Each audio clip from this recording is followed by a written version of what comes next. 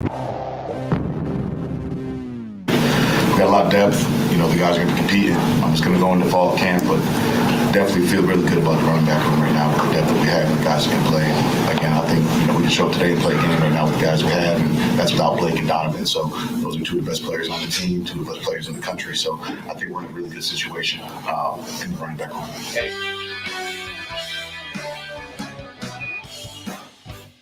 Mike Hart after the spring game on Saturday. Welcome in, Maize and Blue Review. Good afternoon, Michigan football here on this Monday. And we're ready to get things underway, talking about the latest in Michigan sports. And it has a lot to do with what transpired at the Big House on Saturday at 3 o'clock in the annual spring game. We'll be getting to that. We will also talk about the moves that have happened with the basketball team. But the bulk of this show today is going to be dedicated to the football program and what they did on Saturday and how everybody looked. And I get your reaction and your feedback on your takeaways from the spring game. I was trying to navigate, wow, maybe I just go player by player. Maybe I go unit by unit, just give my thoughts off the top of my head, all of those things. I put 5 players down that I want to talk about today that stood out the most to me from what I was looking at on Saturday, and I'll go through them one at a time, and I'll have some video with one of the players that I'll play for your enjoyment out there. But my biggest takeaway after rewatching most of the game yesterday and then watching it as it took place on Saturday is that, Michigan football right now is top shelf. They've really, and this is a hard thing to do, they've got it right where you want it. All the different levers are in the right spot. It's so difficult. And we know just at Michigan, just look over the last, 10, 15, 20 years and just how difficult it is. But Michigan football, we knew this before Saturday, but then you watch them on Saturday and you're reminded that Jim Harbaugh has this thing rolling. And, the position that the program is in is fantastic. It is in a great position. And there's a whole ton of things to like. There are a lot of players out there you look at, you're like, wow, man, this is impressive. But a lot of football players out there and to talk about, and a lot of talent. But, Michigan was in a great position last year and they took advantage of it. They went through and, they really had a great year. I mean, they went undefeated and, beat Ohio State and then won the Big Ten and made it to the college football playoff. They're in great position to get right back there and do better this upcoming season. That's the spot that they're in. And Saturday, there was nothing for me to be like, Michigan, I'm not really sure that, they're all the off-season hype, is just, everything is, I think off-season hype for this football team. I don't know if a hype, if you expect the team to go out there and win all the regular season games, I think they'll be favored in all of their regular season games. So talking about them winning all 12 is not, going overboard or being hyped. Winning the Big Ten, like if they can win all 12, they beat Ohio State. The East always beats the West. So yeah, winning the Big Ten again for 3 years in a row. That's very doable for this team. That's not, thinking about, selling anybody short. That's I think the goal. I think we all get that. That's not overhyping them. And then getting back to the college football playoff, we don't know what kind of matchup they're going to get. Like 2 years ago, that was a real tough Georgia team. And I don't think Michigan was going to beat that team too many times. They played them 10 times. And then yet last year with TCU, I think Michigan would have beat TCU 6 or 7 times if they played him 10 times. But on that particular Friday, New Year's Eve, TCU came up with that 30% 20-30% a chance and cashed in on it with the way that they played. All of that, those are the things that but it's a reminder of just where the football program is at and how things are going that is a good thing. So, without further ado, let's go through some of the things that jumped out to me. I've got 5 players, and the first one that I'll start with is a sophomore edge, and that is a big Derrick Moore. Derrick Moore wears number 8. They had some statistics that they took during the game, and they credited Derrick Moore with 7 tackles, and he had 2 TFLs, but he had a lot of other stuff going on. He looked really good out there. Now, Derrick Moore, when you saw him in high school, and he committed like at the tail end of everything, but you're watching the film on him, and the guy looked like he looked like an NFL player in college. And I know a lot of the great ones, do, not all of them, but he did. That was something that surely jumped out to everyone, just on the look test. Moore looked like a pro player, certainly a Big Ten player, defensive end, edge player, right out of high school. And then last year, it was the same thing. It's like, oh, look at number 8. I remember at the spring game, he was in for spring last year. I'm looking at him, and if you've told somebody they didn't know anything about the roster, they'd be like, yeah, there's a 5th-year senior defensive end for you. No, that's a true freshman that's in for spring. And then he went out there and he flashed. He looked good. There's some video I have that accompanies Derrick Moore. And why not? Let's go to that video right now. It's 2 plays, really, in the spring game that I have of Derrick Moore. You'll see him down at the bottom of the screen.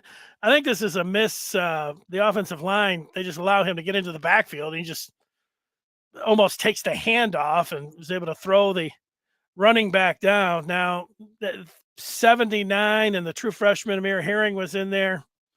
I don't know if Piercy thought that he was handing him off or whatever was going on there, but Moore just spilled into the backfield and made a play. But this particular play, there's no Moore comes in with one arm and just shoves the offensive lineman, pretty much shoves him into the stands, and then smashes the quarterback. This is one of the most impressive plays of the game. Derrick Moore, a true sophomore edge, coming off the line here. Look at what he does to the right tackle. See ya. Just, throws him into the ground, and, that was a pass ended up being completed, but to not be able to get a sack or an interception right there, just a single individual play. And we'll get a replay. Here's a good spot at it. One arm, boom, shoves him to the ground and then hits the quarterback. That's an amazing play. That's a guy that is in the mix for Michigan at edge, and you like to see it. There he is. I was looking at his Instagram, and they were calling him 8-ball. Derrick Moore coming off the edge. And get a better look at him after this punt by Tommy Doman, who put his leg into that one. Looked pretty good with that kick right there. We get a better look at Mr. Moore as they go to the sideline. There he is. Yeah, he could be in the NFL right now by the looks of him right there. And the way that those couple reps, he looks like he'd be a high draft pick. We were just watching him on that. Nice little sequence there from Mr. Moore. Devin Gardner and Jake Butt were impressed. Gardner was saying that particular rep reminded him of Khalil Mack. The way that he went in there. And Jake Butt, who did he say? Oh, he ran into Frank Clark, the former Wolverine, as a defensive end with his long arms and the way getting in there. High praise from a couple former Wolverines on just 2 reps there. Really one. Looking at that stiff arm getting into the backfield from Derrick Moore. Very impressive. And that's why I have him on my 5 players at number 5. Derrick Moore. At 4 is another edge guy, a new guy, one of the Magnificent 7. And the transfer from Coastal Carolina, Josaiah Stewart, heard some good things when you had Braden McGregor met the media during spring, said some nice things about Stewart. But then you see him out there, number 5, in the spring game. He ended up with 5 total tackles, registered a couple TFLs and a sack. But, he looked like he was really hard to block, and he was pinpointing that quarterback, and having Stewart and Moore in the rotation on the edge with the aforementioned Braden McGregor and Jalen Harrell. Those are four guys that you're talking about at a position that, Michigan has been producing the last 3 or 4 years. Excellent players. We could go right down the list. Hutchinson, Morris last year, Ajabo, who was at the spring game, Quiddy Pay before that. It is Michigan's had a nice run, and they've got nice depth there. That's just the four guys. They're in good hands. Yet about being able to get to the quarterback and being able to rotate Harrell, McGregor, Derrick Moore, and now Josaiah Stewart. That looks good for Michigan. And Stewart, I put him in one of the top 5 players that jumped out to me on Saturday. Kenneth Grant, I put at number 3, who also jumped out, the big fella, who is listed at 356 and 6'3". Remember talking to Jim Scarcelli, who will join us on Wednesday, and Scar, the practice that he went to, he mentioned Grant. He said, he looks bigger. He looks stronger. He looked bigger, and he looked good when he watched him at practice. Kenneth Grant looked great on Saturday. There were a couple plays. The spring game, it's a hodgepodge and a mixture of players and everything. So you can't get, although I do, and I think others do as well. Like I'm saying, we go overboard a little bit on the spring game. I know that going in, I think everybody has to give me and others a pass. You haven't seen Michigan football for 4 months, and you're not going to see them for 5 months. And so this is almost not quite in the middle, but after 4 months of football, yeah, we are going to go overboard a little bit on certain aspects. But Grant looked like, they made a point, like they drafted him number 1 in the for the game. The coaches did, and then he played the entire game. And you would say, if you were talking about, if just you and I were talking about Grant, you'd say, well, you wonder how long a guy can be out there, how many snaps he could take because he's so big. You think about, I don't know, Jordan Davis from Georgia, Godzilla, a couple of years ago that the Eagles took in the first round, and you say, that guy's such a great player, but they called him a 2-down player because he had to go out on 3rd down and he had to rotate in a lot. He was always suck and win. And, here he is, a first round defensive tackle and a real menace. And, Grant, they made a point to play him the entire game, and he was throwing guys around. He was collapsing the pocket. There was one, we'll get into this later on in the week, but, J.J. McCarthy, he threw his first pass wasn't so hot. He threw an interception. He would have thrown another one, or he would have really been smacked and just pulverized by Grant, who went in there and pulled up and could have just, broke him in half. He could have put a big hit on him. He didn't. But Grant, if you're just sitting back and watching that game, you're like, this guy's a terror. This guy's a menace. This guy can't be blocked. And he looked really good out there. He's big, he's athletic, and all of that weight, like, he doesn't look like he's out of shape. He looks like if you can carry, what do they have him listed at again? 356? If you can carry 356 and look pretty good at 6'3", Grant does it. He's a monster. Very impressed with Kenneth Grant, what I saw. That's why he's one of the 5 standouts that I am listing here. Let's go to number 2. That is the freshman running back in for spring, Benjamin Hall. Blake Corum was coaching. Donovan Edwards got a lot of camera time of coaching as well on the sideline. The other true freshman, Cole Cabana out of Dexter, did not play in this game. And so you were down to, what you would, and neither did CJ Stokes, the freshman from last year. So you're looking at whatever, 3rd, 4th, 5th string running backs, but Hall flashed. Whatever you've thought of him, whatever you've were looking at with him coming in, your first glimpse of watching a guy that is, should be a senior in high school, but was playing against the big boys in the spring game. He didn't look out of place.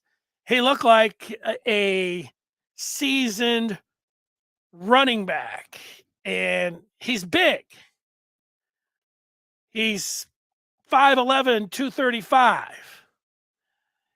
That's some good size, and you could see him. And Devin Gardner during the game said he knew it after one carry. I don't know, about a half dozen carries, and you could see, hey, true freshman looks all right. He's patient. He's setting up his blocks. He's chugging his legs, moving forward, running behind his pads. I mean, all those kind of things, which are nice. And then he had the big breakout run, which was almost a touchdown run, where he made a nice cut to the left and then showed a burst and took off down the sideline.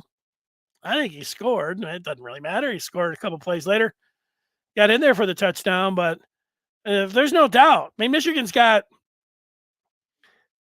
even before Saturday, if you ask me, without being able to look through all of the running back rooms and everything else, if you say, who has the best running back room in the country? Michigan. I'd say Michigan with Blake Corum. I thought Michigan had the best running back room in the country last year. And so they returned the one-arm bandit and Blake Corum. And then Stokes didn't play. And now you got Hall.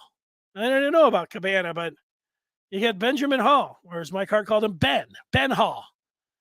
And I don't know if you say he couldn't look any better. He looked great. That's fantastic. Maybe he'll be running back 3. You certainly give Stokes, we'll be in for some competition. All of that, the future looks bright. The immediate future looks bright. Michigan runs the ball 30, 35 times a game. Maybe, you never know. Remember, late in the season with both of those guys, Corum and the one-arm bandit, banged up. Michigan was playing Isaiah Gash and, that kind of stuff. So, and with Stokes getting hurt. So, you never can have enough good running backs. And, Michigan looks like they have found one. The first that we have seen of him, he looked fantastic. And then number one player of the spring game and takeaway is Payton O'Leary. And he had 6 catches for 126. This will be one that you had heard a lot about O'Leary last year during the spring, and then you didn't see him at all during the season. It was like, all right, walk on, who making some plays in the spring, nice story behind the seats. You hear those kind of things all the time. Doesn't really mean a whole lot for the team. Then, I don't know, a couple months ago, you heard that O'Leary got a scholarship from Michigan. Okay, they really do like him. And then you saw the spring game. And it wasn't just Davis Warren who was peppering him with targets late in that game that ultimately got Michigan in position in the red zone to score a touchdown with Franklin and then go to O'Leary for a 2-point conversion. He was very impressive on that drive because it was if there's crunch time to be had in the spring game, there actually was crunch time there at the end. They needed to make a play, the Mays team. And I get confused, like who was playing for the Mays and who was playing for the Blue. They needed the plays, and they were going to O'Leary. And then when they had to, with the game on the line, they had to throw it into the end zone, and he made a play. I'm not taking anything away from O'Leary. In fact, I'll go the opposite way. I'm giving him all the credit in the world. As a wide receiver, you put things in perspective. You say, all right, it was the spring game. Okay, I'm with you on that. It was a spring game. It was, it's practice, but it's spring game. I'm with you on that. And you're like, all the stars weren't playing. You had Kojo for a second, but you didn't see many of the guys here. But what more can you do if you're a player during a spring practice, if you're a wide receiver? You run your route and you get yourself open. If that's going to be the number one thing, that you're out there, that you can run a route, and that you can make yourself available by being open. He did that. If J.J. McCarthy had a sequence where you looked at him, you said, "Oh, now that's the J.J. McCarthy that you're really so excited about, and has Michigan in position to be one of the top teams in the country and one of the favorites to win it all because number 9." And it wasn't the first pass that he threw that was an ill-advised one, or the interception that lost in his hand. Those were good, but the sequence where he was out there and he was firing NFL passes was at a position out there where he's dropping back and he's looking over to the left, and they were calling it the hold shot down the sideline. John Gruden used to call it the turkey hole. It's about 15 to 20 yards down the sideline before the safety can get over there in the corner. If they're playing zone, there's that area that NFL quarterbacks, if you want to be in the NFL, you see those guys, and those guys can really, you see the arm talent from the QBs on that throw. And with McCarthy, Gardner was giddy at the one throw that he threw to the left because he was way over to the left hash and he put it out there on the line. Both times the receiver was Payton O'Leary. He ran down there. He was open. McCarthy zinged it in there and he caught the ball. And that's what happened later with Davis Warren. He was out there, little stop route. He's open. Catch. Down in the end zone, back shoulder. Catch. I'm impressed. You say, where do you put him? Do you think he can contribute in the fall? I would say, yeah. You get a guy like that. I'm not saying that he's going to be the star wide receiver. I think that might be going a little bit too far. In the rotation, given an opportunity, somebody that could, you could put under the radar as a contributor. I think all of those things are fair for O'Leary. I liked it. I'm not downgrading him because he was a walk-on or whatever. That Michigan's really stacked at wide receiver. It's about being open, getting open, being able to play, catching the ball, making plays. So check, check, check, check, check. Oh, that's why O'Leary was the most impressive player during the spring game on Saturday, and he deserves that. Those are the 5 guys that stood out to me during the game. Number 1, Payton O'Leary. Number 2, Benjamin Hall. Number 3, Kenneth Grant. Number 4, Josaiah Stewart. And number 5, Derrick Moore. That's how I saw it with the spring game. Let's look at some of the feedback. I was interested. This is a show where give you the opportunity, if you have something on your mind that you wanted to put in there. And let's go. Antoine leads us off. He was watching a spring game. He liked Orgy, or as Devin Gardner was calling him, AO. AO in the RPO package, and Benjamin Hall, also known as Big Ben, as the 3rd running back. Ooh, Big Ben Hall. That's got a nice ring to it. Big Ben Hall. I'm taking it from you, Antoine. Big Ben Hall. I liked him. Yeah, Orgy, I think it was his first run that he was out there. He ran over to the right side, and there were 2 guys that were going to tackle him over by the sideline, and Orgy kind of stood them both up, and they went down, and he didn't.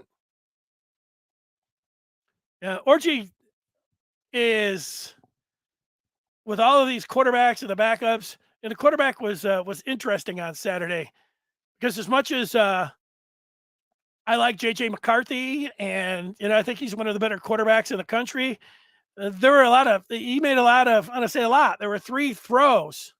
So if I think he's one of the best quarterbacks in the country. In fact, I ranked him as the second best quarterback, only behind the Heisman Trophy winner Caleb Williams going in. So I really like J.J. McCarthy. I think I'm higher on him than even most Michigan fans. But his first throw wasn't a good throw. He threw it into traffic. I'm sure when they look at the film, he'll be like, I shouldn't have thrown that one. And then, I don't know, he lost the ball and threw an interception. You don't like that either.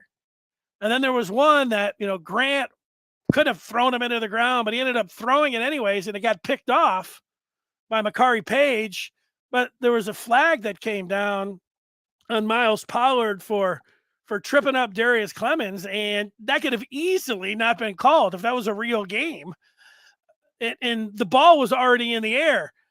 That was a bad throw by McCarthy. That could have been an interception there. So there was another one.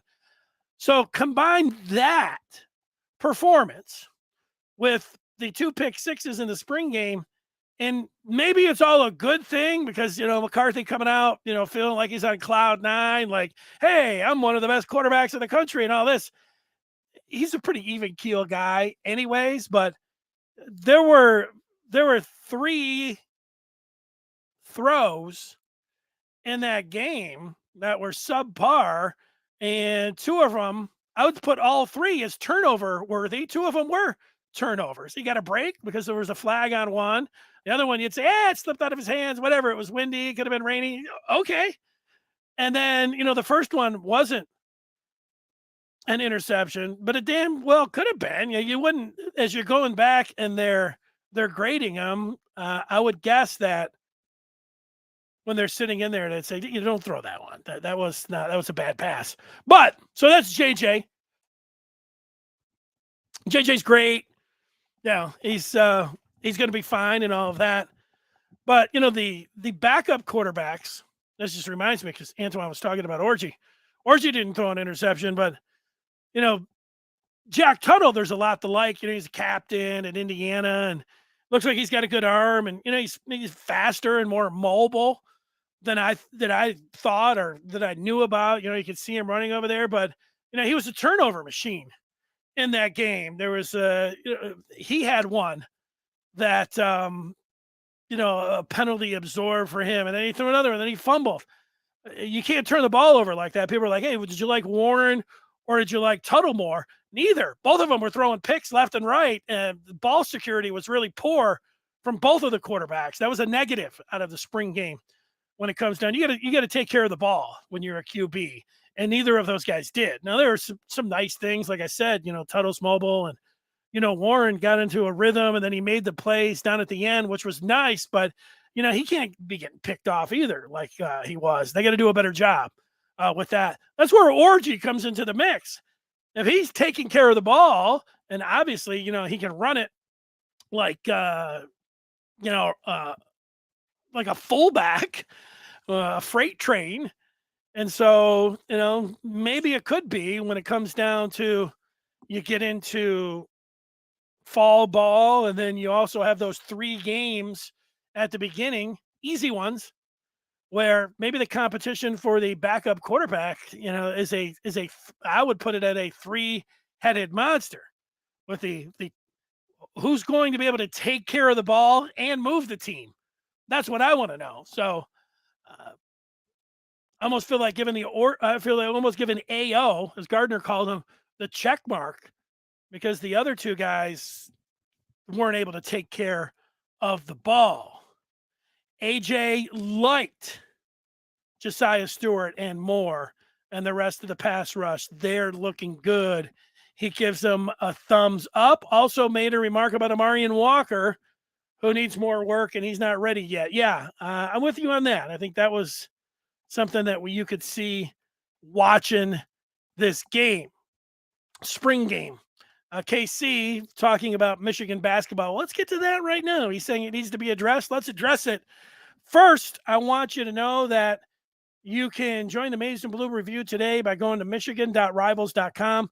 I didn't put it up there, but there's a deal going on right now that you should check out.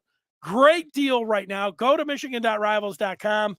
You can see, I'll have that for you tomorrow, but you can check it out today. And you want to know about recruiting, spring game stories, be on top of Michigan, left and right, everything that's going on. basketball, football, non-revenue sports. It's all there.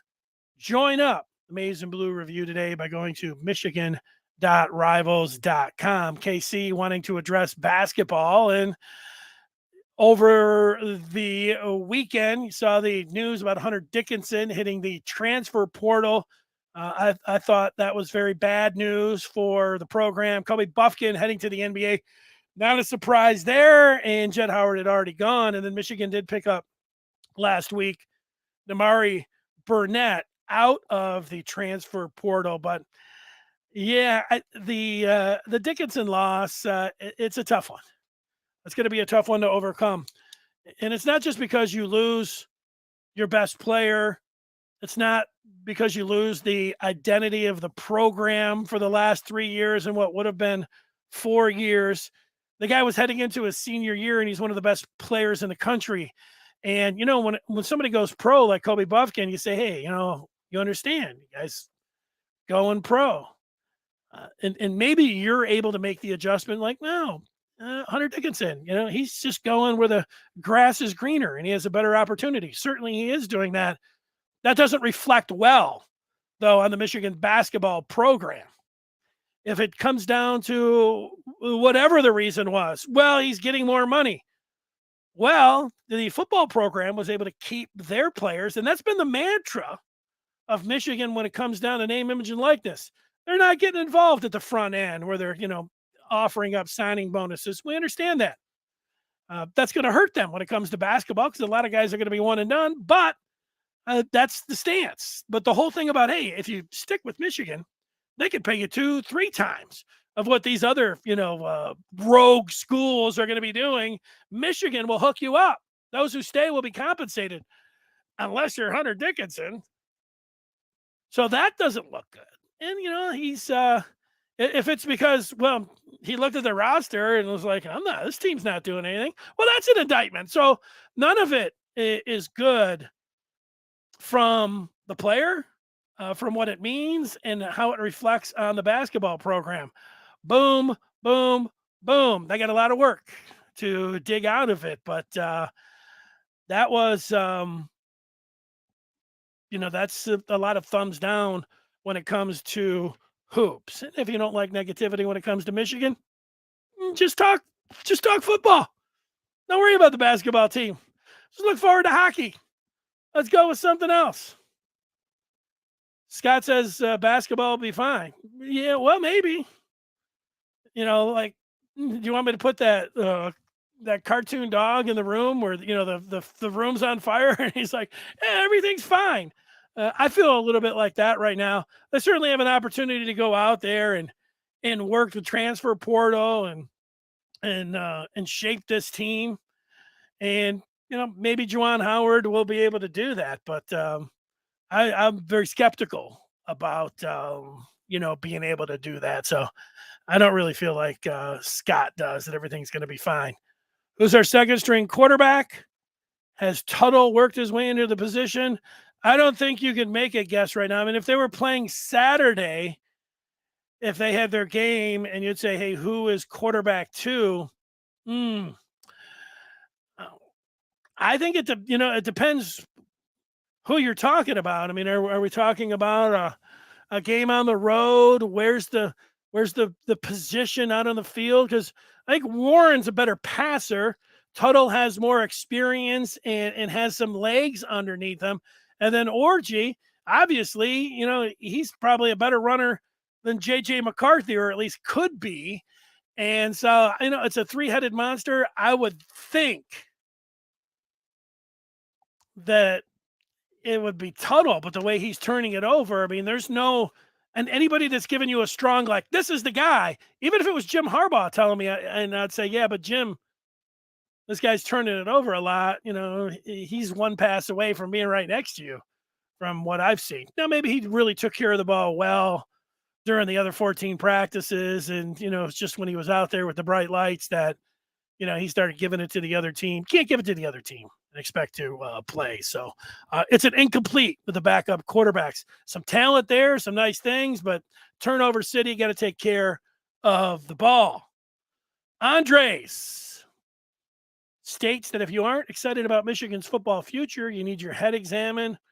Yeah, everybody's excited about Michigan football. They should be. There's every reason in the world to be excited about it. Everything is good. Scott says Michigan is considering bringing Ray Lewis.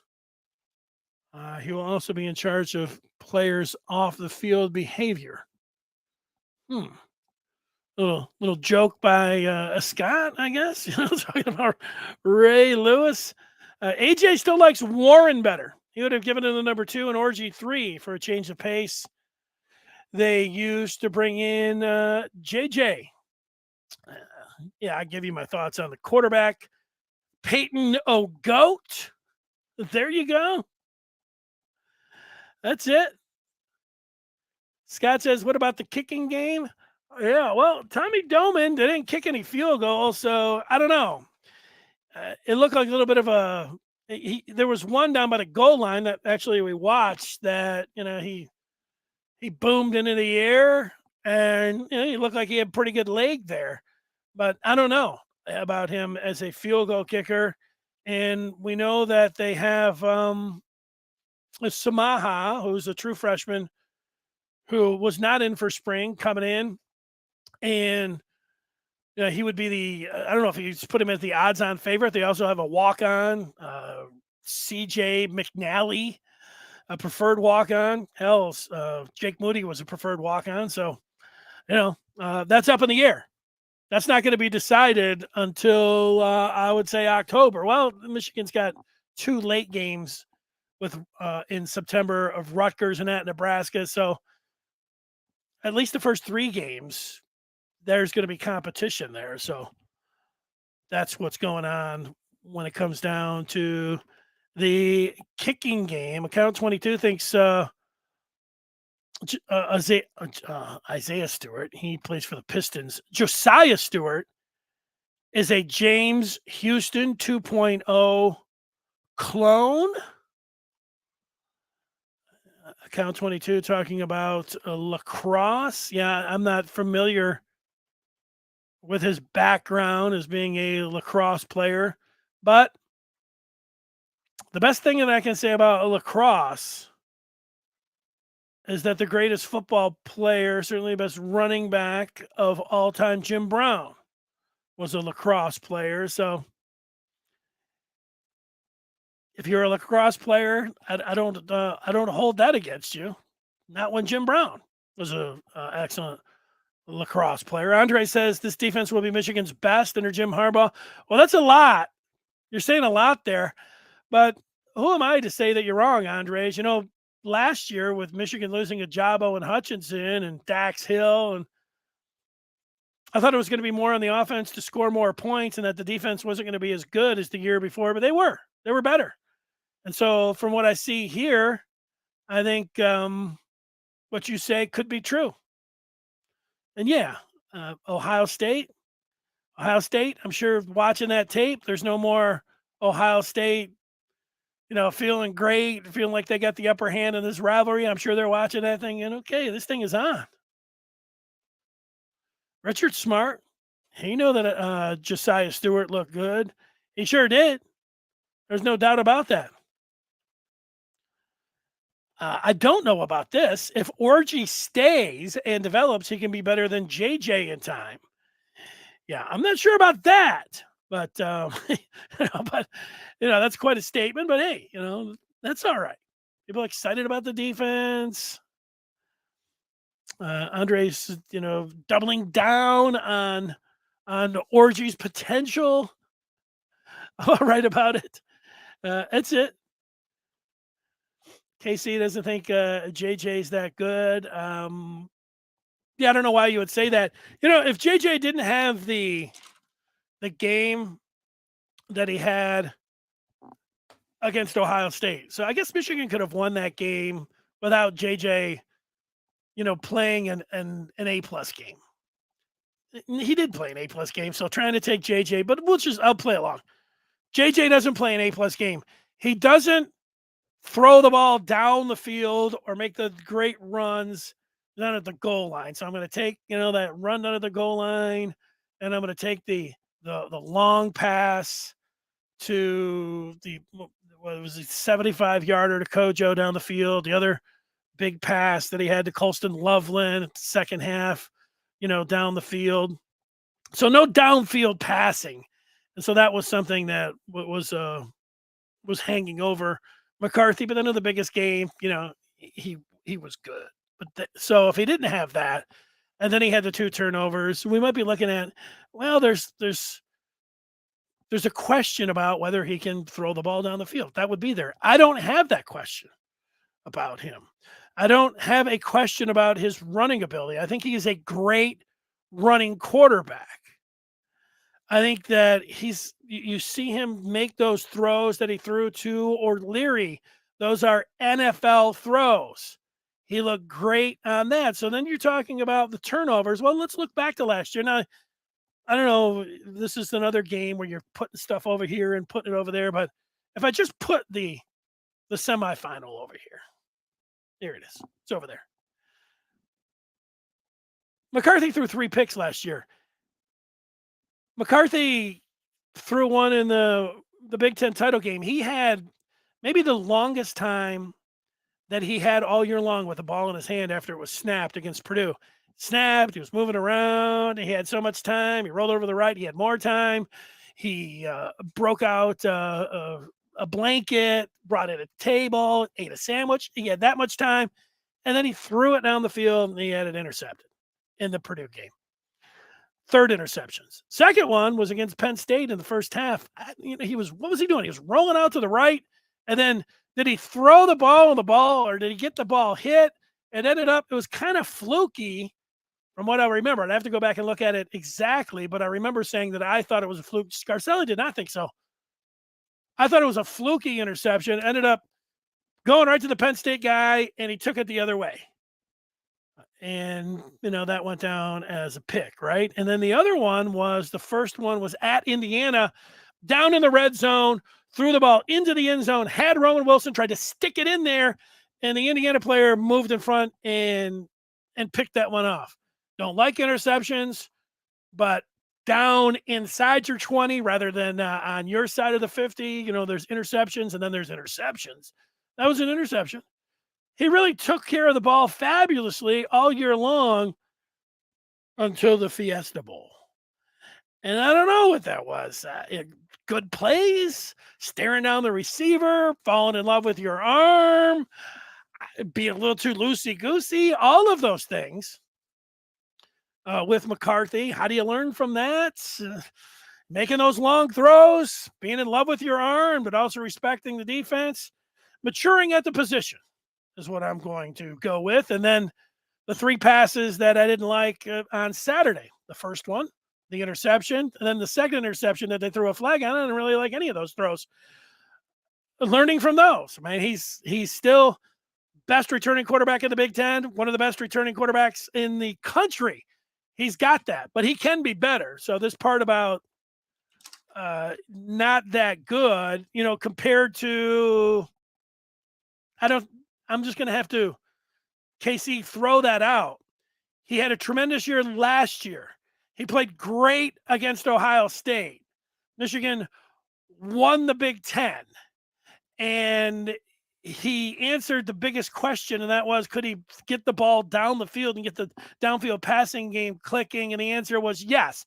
And even though he threw the 2 pick sixes against TCU, which were horrible and were 2 of the big 5 plays that cost Michigan, he also made some outstanding throws in that game as well. So this particular statement is when you say JJ not that good. If you don't want to call him like the greatest ever, or you don't think he's great, or maybe you don't think he's in the top 5 of returning quarterbacks, I can get you in there. But this one, I don't think there's any. I think you'd want to reword that, or I think maybe your fingers got something like that. I'm with you on that. We'll take a few more here. And people kind of feel like me when it came down to about JJ. And, I think I'm saying what everybody else is. Casey is going to the last game. He was part of losing that game. I'll give you that, KC. There were 5 plays. And the 5th one was that Quentin Johnson 76-yard touchdown that DJ Turner had him on a 3rd and 7 in his sights to tackle him short of the line of gain. I think Michigan wins the game if Turner's able to make that tackle. And it wasn't like, he had him. It was Johnson here, Turner there, and he had to come up, make the play. He wasn't able to. Johnson is going to be picked in the 1st round, maybe the first wide receiver in the draft later this month, was able to obviously not get tackled, went for the 1st down and went for 76 yards. Michigan makes that play. I think they win the game, but they didn't. That was one play. The 2 pick sixes I'll give you. I would also put down Mullings' fumble at the goal line, and then the Philly not so special.